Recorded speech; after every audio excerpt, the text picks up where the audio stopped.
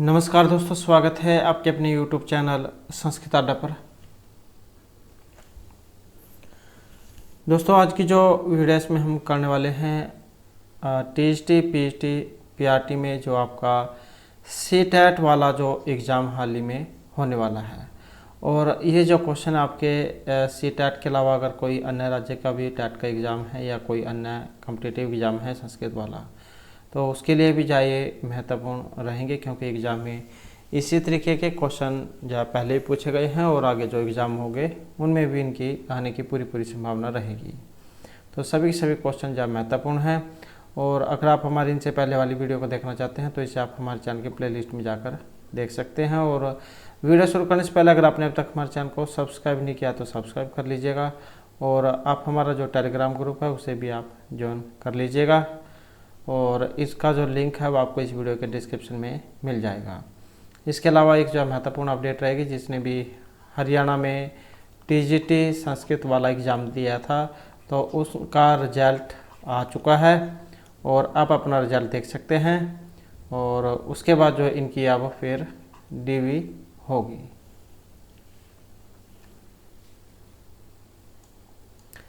तो हमारा जो यहाँ पर पहला क्वेश्चन, सबसे पहले जो यहाँ पर एक पद्यांश आ जाता है, और इस पद्यांश की हिंदी जहाँ हम देख लेते हैं, क्योंकि जब आपको पद्यांश पता होगा तभी आप सही से हिंदी इसकी कर पाएंगे। तो जैसे यहाँ पर ये पहला जो हमारा पद्यांश है, निर्क्षीरवेकम हंसालस्यम त्वमेव तनुषे चेत विषम अधुना एम अन्य का कुलवर्तम परिषति, कहा कि हे हंस, यहाँ पर हंस जो है इनके बारे में कहा गया है कि हे हंस, यदि तुम दूध और पानी में फर्क करना छोड़ दोगे, आलकस करोगे, तो तुम्हारा जो कुलवर्त है इसका पालन इस विश्व में कौन करेगा, क्योंकि ये जो क्षमता तुम्हारे पास है जल और दूध को अलग अलग करने की,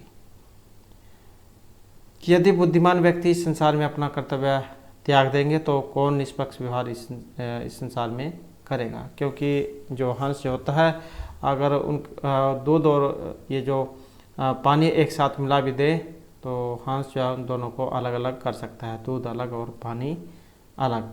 तो ये जो क्वालिटी जो है ये क्षमता हंस में होती है। तो इस प्रकार का एक पद्यांश है, और इसमें अब जो क्वेश्चन है वो आपने देखने हैं। जैसे यहाँ पर एक शब्द आया है क्षीर, इसका मतलब जल, दही, दूध या समुद्र से है। तो क्षीर का मतलब क्या होता है? तो क्षीर जो है इसका मतलब किससे है? दूध से है, और नीर जल से। तो क्षीर दूध के लिए यहाँ पर प्रयुक्त हुआ है। उसके बाद जो नेक्स्ट क्वेश्चन आ जाता है इस श्लोक में, इस श्लोक में हंस को किस व्रत का पालन करने की शिक्षा दी गई है? पतिव्रत, कुलव्रत, सत्यव्रत या धार्मिक व्रत की? और इसमें जो यहाँ पर शिक्षा दी गई है तो ये ऑप्शन बी वाली है, कुल व्रत की, अर्थात जो कुल की जो परंपरा है, जो इनके अंदर जो क्वालिटी जो है कह सकते हैं क्षमता दूध और पानी को अलग अलग करने की। तो ये इनका क्या है? कुल व्रत है।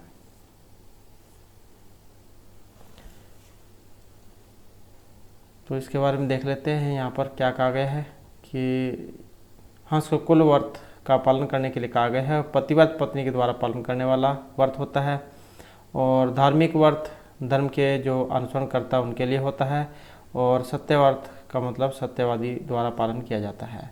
तो ये ऑप्शन बी जो है इसका माना गया है, कुल व्रत।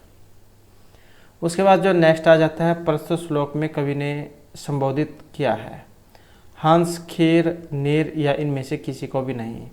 तो ये जो श्लोक है इसमें कवि ने किन्हें संबोधित किया है? और इसमें जो संबोधित किया गया है, क्योंकि ये जो पद्यांश है ये हंस को लेकर है, तो हंस को ही संबोधित यहाँ पर किया गया है। तो यहाँ पर इनको संबोधित करते हुए कहा गया है कि उनके निर्क्षीरवेक रूपी गुण का वर्णन है, क्योंकि ये जो क्षमता जो है दूध और पानी को अलग करने की ये हंस में है, और उसे अपने कुलव्रत का पालन करने की प्रेरणा दी गई है। उसके बाद नेक्स्ट आ जाता है हंस के किस गुण का यहाँ पर वर्णन किया गया है? श्वेत, निर्क्षीर, सुंदर गति या मधुर वाणी का, जैसे कि अभी हमने पद्यांश में पढ़ा था, तो दूध और जल को अलग अलग करने की जो योग्यता है वो हंस के अंदर है। तो यहाँ पर कौन सा है, ऑप्शन सी को माना गया है, क्योंकि क्षीर अर्थात दूध और निर्जल को अलग करने का जो उत्तम गुण है वो हंस में ही पाया जाता है। उसके बाद आ जाता है हंस को क्या न करने का निर्देश दिया गया है, आलस्य, अभिमान, क्रोध या फिर मोह। तो हंस को क्या न करने के लिए कहा गया है, तो आलस्य, आलकस कह देते हैं जिसे, क्योंकि यही अगर दूध और पानी को अलग अलग करने में आलकस करेंगे तो अन्य कौन जो इस काम को करेगा, क्योंकि ये तो क्षमता जो इन्हीं के पास है। तो आलस्य क्या है यहाँ पर इसमें कहा गया है। तो आलस्य न करने का निर्देश देते हुए श्रम के कार्य में लगे रहने अर्थात कुलवर्त के लिए प्रेरित यहाँ पर किया गया है। और उसके बाद जो नेक्स्ट जो है यहाँ पर नेक्स्ट जो पद्यांश है वो भी आ जाता है। तो यहाँ पर भी सेम वैसे ही है, इसमें से भी आपने क्वेश्चन फिल करने हैं। पहले जो पद्यांश जो है इसके बारे में आपको पता होना चाहिए। तो व्यतिश जाति पदार्थ अनंत है कापि हेतु न खलु बहिरूपाधीन प्रीति है संसरन्ते विकसिते ही पतंगस्य उदय पुंडरीकम द्रवती च हिम रश्मा उद्गते चंद्रकांत है। तो यहाँ पर भी एक ये पद्यांश है और इस पद्यांश में क्या कहा गया था कि जो पदार्थ है, पदार्थों को मिलाने वाला कोई आंतरिक कारण ही होता है। व्यतिश जाति पदार्थ अनंत है कापि हेतु हो, हेतु मतलब कारण, कि पदार्थों को मिलाने वाला कोई आंतरिक कारण ही होता है। और निश्चय ही जो प्रीति ये बाह्य कारणों पर निर्भर नहीं करती, कि निश्चय ही जो प्रेम है वो बाह्य कारणों पर निर्भर नहीं करता, क्योंकि विकसित ही पतंग से उदय पुंडरीकम, क्योंकि जो कमल जो है ये सूर्य के उदय होने पर ही खिलते हैं, उदय होने पर। और द्रवते चाहे हिम रश्मा उद्गते चंद्रकांत हैं, और चंद्रकांत जो मणि है ये चंद्रमा के उदय होने पर द्रवित होती है, द्रव बन जाती है। तो पदार्थों को मिलाने वाला कोई आंतरिक कारण ही होता है। निश्चय ही जो प्रेम है वो बाह्य कारणों पर निर्भर नहीं करता। जैसे कमल सूर्य के उदय होने पर खिलता है और चंद्रकांत मणि चंद्रमा के उदय होने पर द्रवित हो जाती है। तो इस प्रकार का ये एक पद्यांश आया है और इसी में से अब आपने क्वेश्चनों को फिल करना है। तो जिसमें पहला क्वेश्चन आ जाता है, पदार्थों को परस्पर कौन जोड़ता है, धन, विद्या, विनम्रता या कोई अज्ञात या आंतरिक कारण। तो जैसे कि अभी हमने पढ़ा था कि पदार्थों को मिलाने वाला कोई आंतरिक कारण होता है, तो कौन सा हो जाएगा, ऑप्शन सी वाला। धन से पदार्थ को खरीदा जाता है, विद्या से पदार्थ के विषय में ज्ञान प्राप्त किया जाता है, जबकि विनम्रता एक व्यवहारिक गुण माना गया है। तो ऑप्शन सी जो है यहाँ पर इसका यह माना गया है। उसके बाद जो नेक्स्ट आ जाता है, बाह्य साधनों पर कौन निर्भर नहीं होता, आभूषण, संपन्नता, प्रेम या फिर भोजन। तो बाह्य साधनों पर निर्भर नहीं होता है। तो बाह्य साधनों पर निश्चय ही जो प्रेम है ये बाह्य कारणों पर निर्भर नहीं होता। तो कौन सा रहेगा, ऑप्शन बी वाला, प्रीति हो यहाँ पर चाहे प्रेम लिखा हो। तो बाह्य साधन पर प्रेम ये निर्भर नहीं होता, क्योंकि वह तो आंतरिक अनुभूति का विषय है। और आभूषण से बाह्य शरीर की सुंदरता बढ़ाई जाती है, संपन्नता भी बाह्य उन्नति ही करती है, और भोजन बाह्य साधन ही है। तो इस प्रकार से जो यहाँ पर बी जो है प्रेम, इसको माना गया है। उसके बाद है कमल कब खिलेंगे, चंद्र उदय होने पर, नक्षत्रों के दर्शन होने पर, चंद्र ग्रहण या सूर्य उदय होने पर। तो जो कमल है ये कब खिलते हैं, कमल सूर्य के उदय होने पर खिलते हैं। तो क्या हो जाएगा, ऑप्शन डी। तो सूर्योदय के समय जो है कमल की पंखुड़ियाँ खिलती हैं, जबकि चंद्र उदय होने पर कमल की पंखुड़ियाँ बंद हो जाती हैं। नक्षत्रों का दर्शन और चंद्र ग्रहण इस क्रिया पर कोई विशेष प्रभाव नहीं डालते। उसके बाद नेक्स्ट आ जाता है, इस श्लोक में किस मणि का उल्लेख हुआ है, स्फटिक मणि, चंद्रकांत मणि, सूर्यकांत मणि या मरकत मणि का। तो यहाँ पर कौन सी मणि के बारे में बताया गया है, और जो यहाँ पर मणि आई थी तो ये थी ऑप्शन सी वाली, कौन सी थी, चंद्रकांत मणि। चंद्रकांत मणि जो है ये चंद्रमा के उदय होने पर क्या हो जाती है, द्रवित हो जाती है, द्रव बन जाती है, मतलब पानी कह सकते हैं, पिघलने लग जाती है। तो चंद्रकांत मणि जो इसका उल्लेख यहाँ पर किया गया है, अर्थात चंद्रमा उदय होने पर ये क्या है, द्रवित होने लग जाती है। उसके बाद है चंद्रकांत मणि ये कब पिघलती है। तो यहाँ पर चंद्रकांत मणि कब पिघलती है, अग्नि के संपर्क से, चंद्र उदय होने पर, चंद्रोदय, सूर्योदय या ग्रीष्म ऋतु में। तो जैसे कि हमने जो ऊपर क्वेश्चन में पढ़ा था, तो चंद्रकांत है अर्थात चंद्रमा के उदय होने पर, तो चंद्र उदय होने पर चंद्रकांत मणि जो पिघलने लग जाती है, और सूर्योदय होने पर कमल खिलते हैं। उसके बाद जो नेक्स्ट जो है यहाँ पर भी पद्यांश जो आ जाता है, और इसका भी जहाँ पहले हम देख लेते हैं कि इसमें क्या कहा गया है, इसके बाद जो इसके क्वेश्चन आंसर है वो आ जाएंगे। तो भवंती नम्रहस्तर्वय फल उद्गमयी नव अम्बुभि दूर अविलंबिनो घनः अन उदता सत्पुरुषा समृद्धि भी स्वभाव एवं ऐसा परोपकारी नाम। तो यहाँ पर जो सज्जन जो व्यक्ति है उनके बारे में बताया गया है कि जब वृक्ष पर फल लगते हैं तो वे फलों के भार से झुक जाते हैं।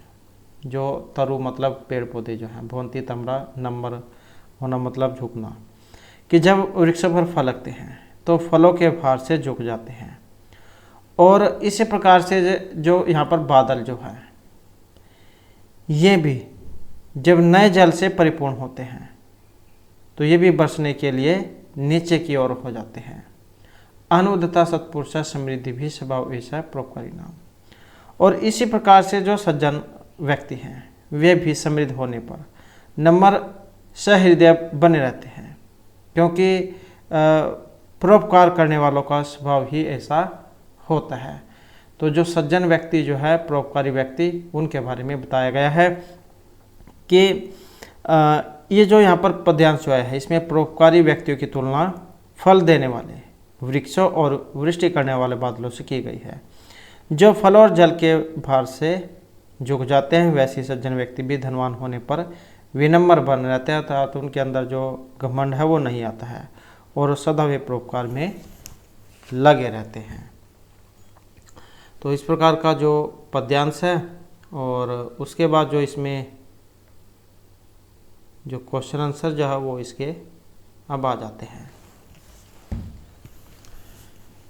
तो जिसमें पहला क्वेश्चन है कि कवि ने वृक्ष, मेघ और सत्पुरुष को क्या कहा था, परोपकारी, कृपण, अहंकारी या अतिथि। तो क्या कहा गया है, परोपकारी, तो कौन सा हो जाएगा, ऑप्शन ए वाला।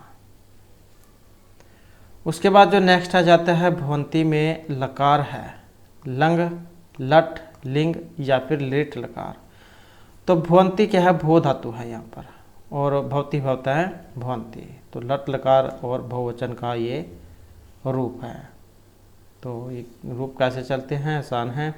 भवती भवता है भवंती, भवशी भवता है भवत, भुआ में भुआव है, भुआ में है, प्रथम मध्यम और उत्तम में। उसके बाद आ जाता है वृक्ष कब झुकते हैं, पत्तों से युक्त होने पर, फल आने पर, फूल आने पर या सूख जाने पर। तो जब जो फल आएंगे तो उन्हीं के भार से वे झुक जाते हैं। उसके बाद जो नेक्स्ट है, नए जल से युक्त होने पर अधिक लटक जाता है। तो नए जल से युक्त होने पर अधिक क्या लटक जाता है,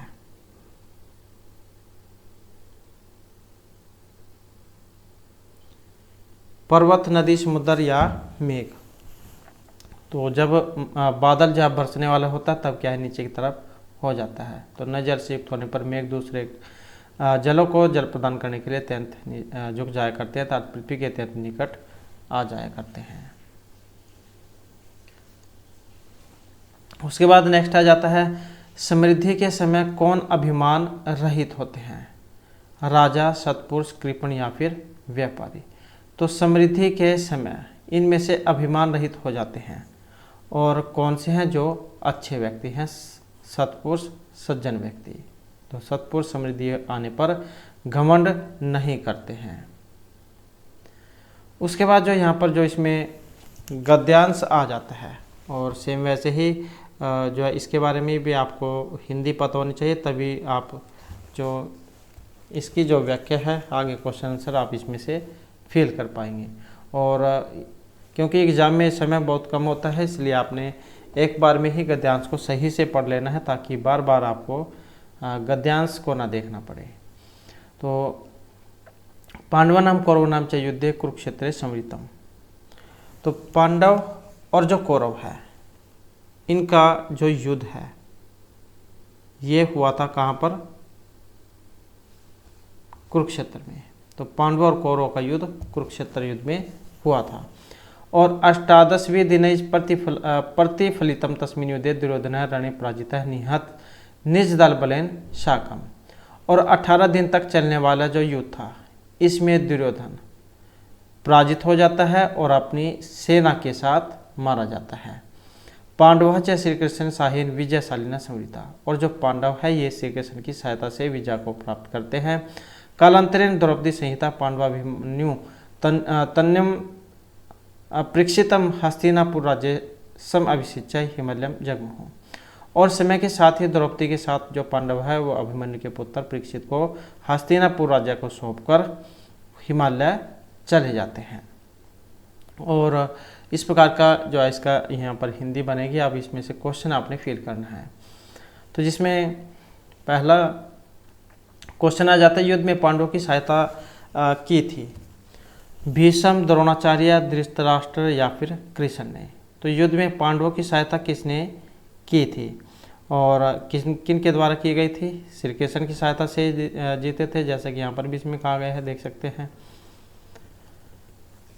तो श्री कृष्ण पांडव साहिनाथ श्री कृष्ण ने महाभारत के युद्ध में पांडवों की सहायता की थी। भीष्म और द्रोणाचार्य ने कौरवों के ओर से युद्ध किया था, जबकि धृतराष्ट्र दुर्योधन के पिता थे। तो भीष्म और द्रोणाचार्य ने कौरवों की ओर से युद्ध लड़ा था। उसके बाद है कालांतर में द्रौपदी सहित पांडव कहाँ गए थे? वन, हिमालय, राजभवन या प्रयाग में। तो कहाँ पर उसके बाद ये गए थे? और जैसे कि सबसे लास्ट की लाइन हमने पढ़ी थी, हस्तिनापुर राज्य समभिषिच्य हिमालयम जगमोह। तो कहाँ पर गए थे? हिमालय पर। तो युद्ध के बाद पांडवों ने अभिमन्यु के पुत्र परीक्षित को हस्तिनापुर राज्य सौंपकर द्रौपदी सहित हिमालय पर चले गए। उसके बाद है पांडवों और कौरवों के मध्य युद्ध हुआ था मालवा, कुरुक्षेत्र, विंध्य क्षेत्र या फिर मथुरा में। तो पांडवों और कौरवों के मध्य युद्ध हुआ था, कहाँ पर हुआ था? तो ये कुरुक्षेत्र में। और कितने दिन चला था ये? 18 दिन। उसके बाद महाभारत का युद्ध कितने दिन तक चला था? तो आसान क्वेश्चन है, जैसे कि अभी हमने पढ़ा, तो ये चला था 18 दिन। उसके बाद युद्ध में पराजित हुए थे दुर्योधन, कृष्ण, अर्जुन या फिर युधिष्ठिर। तो कौन हुए थे? दुर्योधन। उसके बाद जो नेक्स्ट है, यहाँ पर भी इसमें जो गद्यांश आ जाता है और इसमें से आपने क्वेश्चन को फिल करना है। तो यहाँ पर भी सेम वैसे ही, प्रयाग है गंगा यमुनोः संगमे स्थिता अस्ति। प्रयाग जो है ये गंगा और यमुना के संगम पर है। अतर जो ब्राह्मण हैं प्रकृष्ट या कारणात् अस्य प्रयाग नाम अभवत्। और जो ब्रह्मा थे इनके द्वारा उत्कृष्ट यज्ञ करने के कारण इनका जो नाम है ये प्रयाग पड़ा था। अर्थात ब्रह्मा द्वारा यहाँ पर किए गए उत्कृष्ट यज्ञ के कारण इसका नाम प्रयाग पड़ा। और प्रयाग नगरम पुराणेषु पवित्रतम पुण्यदम मोक्षदम च कीर्तितम। और जो ये प्रयाग है और पुराणों में जो प्रयाग जो नगर है इसको परम पवित्र और मुक्तिदायक बताया गया है, मोक्ष देने वाला। और इदम नगरम भारतवर्षस्य प्रमुख नगरेषु वर्तते। और ये जो नगर है भारत के प्रमुख नगरों में गिना जाता है, या यह शहर भारत के प्रमुख शहरों में से है। प्रयागस्य परम नाम इलाहाबाद। और जो प्रयागराज है इसका जो दूसरा नाम है ये इलाहाबाद भी है। इत्यपि वर्तते। इदम कथ्यते यत् प्रयागस्य इलाहाबाद नाम अकबर नाम सम्राट सब इलाही धर्मानुसारण कृतवान। और ऐसा कहा जाता है कि प्रयाग जो है इसका इलाहाबाद नाम अकबरनामा सम्राट जो अकबरनामा है, अर्थात ऐसा कहा जाता है कि प्रयाग के इलाहाबाद का नाम सम्राट अकबरनामा ने अपने ईश्वरीय धर्म के अनुसार रखा था। इलाही धर्म अनुसार कृतवान, इलाही धर्म के अनुसार ईश्वरीय जो धर्म है उसके अनुसार इसका नाम रखा था। प्रयाग उत्तर प्रदेश से उच्च न्यायालय स्थित अस्ति और प्रयाग में ही उत्तर प्रदेश का जो उच्च न्यायालय है वह भी स्थित है। और प्रयाग है उस शिक्षा प्रधान केंद्र में अस्ति, और जो प्रयाग है यह उस शिक्षा का प्रधान केंद्र भी है। और इदम नगर में सब ऐतिहासिक महत्व भी अधिक होती है, और ये जो शहर है नगर है इसका ऐतिहासिक महत्व भी इससे बढ़ जाता है। तो इस प्रकार का जो है यहाँ पर ये इसमें गद्यांश है। और अब इसमें से क्वेश्चन जो है आ जाते हैं। तो जिसमें पहला क्वेश्चन है गंगा यमुना का संगम है कानपुर में, नासिक, प्रयाग या हरिद्वार में। तो इनका संगम कहाँ पर होता है, ये मतलब ये दोनों आपस में मिल जाती है, कहाँ पर है, तो ये मिलती है प्रयागराज में अर्थात प्रयाग में।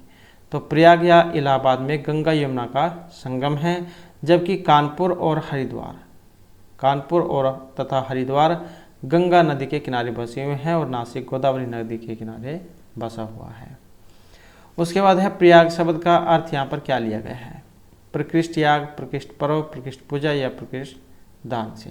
तो इसका अर्थ यहाँ पर प्रकृष्ट याग से है, अर्थात हिंदू मान्यता के अनुसार जो ब्रह्मा जी जो है इन्होंने सृष्टि कार्य पूर्ण होने के बाद यहाँ पर यज्ञ किया और जिसके कारण इसका नाम प्रयाग पड़ा, प्रकृष्ट याग। उसके बाद है प्रयाग जो है इसका दूसरा नाम क्या है, देव प्रयाग, उत्तरकाशी, इलाहाबाद या काशी। तो दूसरा नाम क्या है, ये इलाहाबाद है, और यह जो नाम है अकबर के द्वारा इस शहर को प्रदान किया गया था। उसके बाद जो नेक्स्ट है, सम्राट अकबर ने किस धर्म का प्रवर्तन किया, पारसी, इस्लाम, इलाही या बौद्ध धर्म का। तो सम्राट अकबर ने किस धर्म का परिवर्तन किया, और इनके द्वारा किया गया था इलाही धर्म का। तो सम्राट अकबर के द्वारा प्रयाग में ही दीन ए इलाही धर्म का परिवर्तन किया गया था, जिसके कारण इस शहर का नाम इलाहाबाद पड़ा। और ये जो वेरी वेरी इंपॉर्टेंट हो जाता है, अकबर के द्वारा चलाया गया धर्म तो दीन ए इलाही। उसके बाद नेक्स्ट आ जाता है प्रस्तुत गद्यांश का जो उचित शीर्षक है यहाँ पर क्या है, अर्थात ये जो कहने का अर्थ है कि जो यहाँ पर गद्यांश है ये है किसके ऊपर, शीर्षक कौन है इसका, किसका केंद्र बिंदु क्या है, देव नदी है, दीन ए इलाही, सम्राट अकबर या फिर प्रयाग। तो प्रयाग जो है इसी का नाम यहाँ पर बार बार आया है, तो प्रयागराज जो है इलाहाबाद इनके बारे में इसमें कहा गया है, तो कौन सा ऑप्शन डी वाला इसका हो जाएगा। और ये शीर्षक का सबसे जो अच्छा तरीका तो वैसे यही है, एक बार जब आप गद्यांश को पढ़ोगे तब आपको जहाँ पूरे गद्यांश में पता लग जाएगा कि बात इसमें किसकी चल रही है। तो प्रयाग जो है इनके बारे में चल रही है। उसके बाद जो नेक्स्ट आ जाता है यहाँ पर भी ये गद्यांश ही है, और इसमें से भी आपने इसी तरीके से जो क्वेश्चन है उनको फिल करना है। तो यहाँ पर गद्यांश है कि जनतंत्र अभिधाना शासन प्रणाली अस्माकं देशे वर्तमाना अस्ति। तो हमारा जो देश है इसमें लोकतंत्र नामक शासन प्रणाली ये लागू है, और राजनीति शास्त्रज्ञ विद्वत भी राजतंत्रम, कुलीनतंत्रम, प्रजातंत्रम इति शासन प्रणालियाँ तरह वेदा प्रतिपादिता। और जो राजनीति विज्ञान के जो विद्वान हैं इन्होंने सरकार के 3 अलग अलग प्रणालियाँ ये प्रस्तावित की थी। 3 अलग अलग प्रणाली थी, जिसमें कौन कौन सी, राजतंत्र, कुलीनतंत्र और प्रजातंत्र। तो इस प्रकार की ये 3 प्रणालियाँ हैं। और राजतंत्रम राजा शासनम, राजतंत्र राजा का शासन, प्रजातंत्र प्रजा का तंत्र, और कुलीन एक है ये कुलीन तंत्रम। तो राजतंत्रम राजा का शासन और कुलीन तंत्र मतलब अभिजात वर्ग का शासन। कुलीना नाम विशेष जना नाम शासनम, कुलीन और प्रतिष्ठित लोगों का शासन। जनतंत्रम जना नाम शासनमिति आधुनिक व्याख्यातम। और जनतंत्र अर्थात जो लोकतंत्र जो है लोगों का शासन, जनता का शासन। तो इस प्रकार से लोकतंत्र की व्याख्या आधुनिक लोगों के द्वारा लोगों के शासन के रूप में की जाती है। जनतंत्रम जनानाम शासनम इति आधुनिक व्याख्यातम। जनतंत्र राज्य स्थानम जना गृह्णन्ति। जो जनतंत्र है, लोकतंत्र है, इसमें राजा का स्थान जनता लेती है। कर्तव्यबोध एवं जनतंत्र से मूल आधार है और कर्तव्य की भावना ही लोकतंत्र का मूल आधार मानी गई है। यस्मिन् कस्मिन् वा कार्ये नियुक्तः कर्तव्य संपादन उत्सुकः सत्यम राष्ट्र विकासे निरतः विहितं साध्यन्तः अश्रान्तः श्रमशीलः देवासिनः नागरिका एवं स्वराष्ट्रम उन्नीतुं क्षमन्ते इति जनतंत्र पद्धत्याः महद्वैशिष्ट्यम्। के यस्मिन् कस्मिन् वा कार्ये नियुक्तः कि लोकतंत्र जो है इसकी सबसे बड़ी जो विशेषता है कि कर्मठ नागरिक अपने कर्तव्य पालन में तत्पर, निर्धारित लक्ष्यों को प्राप्त कर राष्ट्र के विकास में निरंतर लगे रहने वाले नागरिक ही अपने राष्ट्र का उत्थान कर पाते हैं। तो इस प्रकार का ये गद्यांश है। जिसमें कस्मिन कार्य नियुक्त, जिस कार्य में भी लगे रहते हैं या जहाँ पर भी उनको नियुक्त किया जाता है। और उसके बाद इसमें क्वेश्चन जो आ जाते हैं, जैसे पहला क्वेश्चन है कि जनतंत्र में राजा का स्थान कौन ग्रहण करता है। तो जैसे राजतंत्र राजा का तंत्र और लोकतंत्र लोगों का तंत्र, मतलब जनता का शासन। तो जनतंत्र में राजा का स्थान कौन लेती है, जनता, राजा, विद्वान या वणिक। तो जनतंत्र में जनता स्थान लेगी और राजतंत्र में राजा। तो जिस प्रकार राजतंत्र में राजा का शासन होता है उसी प्रकार से जनतंत्र में राजा का स्थान जनता लेगी। इसलिए जनतंत्र को जनता के द्वारा जनता के लिए शासन कहा जाता है। और ये जो गद्यांश है इसमें जनतंत्रे राज्य स्थानम जनः गृह्णन्ति, अर्थात जनतंत्र में राजा का स्थान जनता लेती है। उसके बाद है जनतंत्र का जो मूल आधार यहाँ पर क्या माना गया है, क्षेत्रीय की भावना का, उग्र राष्ट्रीयता, कर्तव्यबोध या भाषावाद का होना। तो जनतंत्र का मूल आधार है यहाँ पर कर्तव्यबोध का होना। कर्तव्यबोध एवं जनतंत्र से मूल आधार है, अर्थात कर्तव्यबोध ही जनतंत्र का मूल आधार है। क्षेत्रीयता, उग्र राष्ट्रीयता और भाषावादिता एक मजबूत तंत्र को कमजोर करती है। उसके बाद हमारे देश में कौन सी शासन प्रणाली चली हुई है, जनतंत्र, राज, कुलीन या फिर तीनों। तो जैसे कि यहाँ पर जो अभी हमने पढ़ा था 3 प्रणालियाँ बताई गई थी। तो हमारा जो देश है यहाँ पर कौन सी है, लोकतंत्र है, लोगों का तंत्र। तो हमारे देश में जनतंत्र नामक ये शासन प्रणाली है। उसके बाद राजनीतिज्ञों ने शासन प्रणाली के मुख्यतः कितने भेद बताए हैं, 2, 3, 4, 5। तो कितने बताए थे, 3। जैसे कि हमने गद्यांश में पढ़ा कौन कौन से थे, राजतंत्र, कुलीन तंत्र और जनतंत्र। उसके बाद नेक्स्ट आ जाता है राजतंत्र में किनका शासन होता है, प्रजा, विद्वान, राजा या धनिकों का। तो राजतंत्र राजा का तंत्र, और इसमें कौन से होंगे, तो इसमें कौन होता है, राजा। तो राजतंत्र में राजा का शासन होता है। तो इस प्रकार से जो हमारी आज की क्लास और महत्वपूर्ण क्वेश्चन थे, और नेक्स्ट जो वीडियो होगी उसमें हम इससे आगे के जो महत्वपूर्ण क्वेश्चन हैं उनको करेंगे। और हमारे साथ अंत बनाने के लिए धन्यवाद।